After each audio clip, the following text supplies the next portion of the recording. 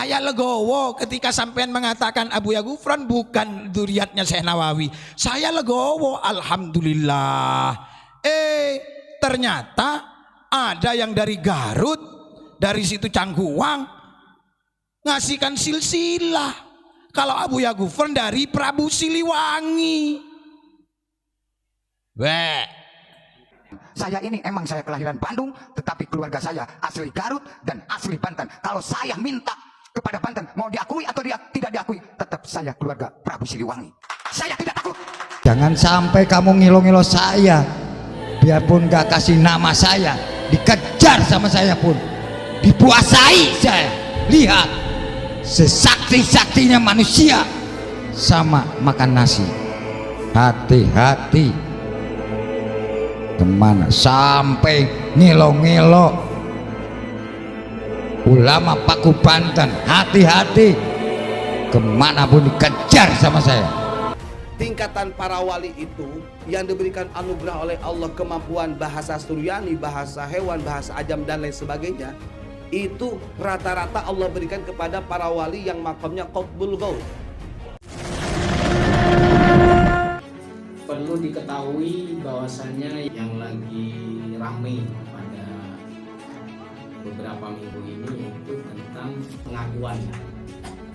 Jadi pengakuan, mengaku gaus, mengaku wali kutub, ya sah-sah saja. Tapi kan apa yang ditampilkan itu jangan menimbulkan fitnah.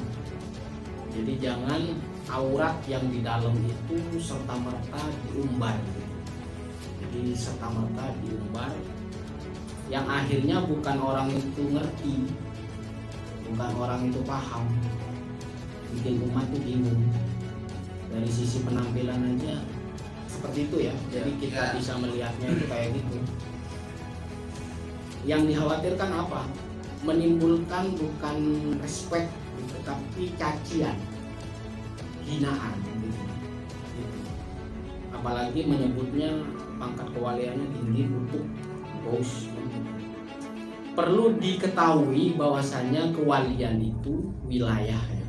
Jadi kewalian ada wilayah, bisa diartikan wali itu ya kekasih Allah, orang yang dekat dengan Allah ya. Jadi dia tidak terlepas dari aturan sohibul wilayah ya. Ini yang harus diperhatikan oleh seorang wali ketika dia menyimpulkan sesuatu atau mengumbar sesuatu, apalagi kata-katanya melanggar syariat. Biasanya yang banyak dilanggar itu ya sholat. Maka ini hati-hati, karena kalaupun Anda wali, Anda terikat dengan aturan sohibul wilayah, orang yang punya wilayah di daerah tertentu. Saya paham itu apa yang diutarakan siapa? Nah, itu kan ada sohibul wilayah di sana.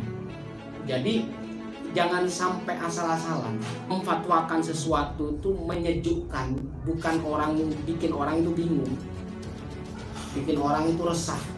Kecuali majdzub ya, atau dalam arti itu keilmuannya hanya dipakai dirinya sendiri, itu nggak boleh dijadikan contoh karena dia sudah ketarik. Jadi yang namanya ke dunia dia udah fana, udah nggak ada, Dunianya beda gitu. ya beda. Jadi udah nggak ada kesadaran yang secara dohir. Maka wali yang seperti ini tidak boleh ditiru. Biasanya wali yang seperti ini dia tidak diperuntukkan untuk menjadi pembimbing, pengasuh, pemelihara, hanya untuk dipakai sendiri. Kalau dia dimintai doa memungkinkan, kalau dia mau ya, kalau dia mau, tapi dia tidak bisa dijadikan contoh.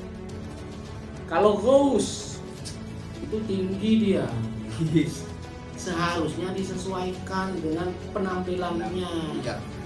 Apapun yang terjadi, pernyataan sekontroversial apapun sampai membuka aurat, kamu para wali akan terikat dengan aturan sohibul wilayah. Saya pernah dengar itu dari teman yang memberikan videonya. mengaku siapa anak keturunan Raja Siliwangi. Salah satunya itu adalah Sohibul Wilayah yang namanya Raden Rahmat Suci. Ada yang mengatakan Rahmatullah. Ada Syekh Maulana Maghribi. Ada Sunan Gunung Jati. Pasti akan terikat dengan ini. Jadi nggak bisa kita mengumbar sesuatu, apalagi aurat, apalagi menantang. Yang nggak setuju dengan saya mati matamu itu mati. Posisimu ada di mana? Ya kalau hanya kewalian biasa ya tidak apa-apa. Tapi ini qutbul aqtab, wus yang tinggi. Kalau seperti ini akan menjelekkan yang wali-wali yang tinggi, wali-wali khumul. Itu akan menjelekkan mereka. Jadi memang kenapa harus menjaga syariat yang zahir? Ya memang untuk memperindah itu. Bahkan Rasulullah Shallallahu Alaihi Wasallam, Allahumma hassin kholqi wa hassin khuluqi. Beliau meminta memperindah penciptaanku dan perbaikilah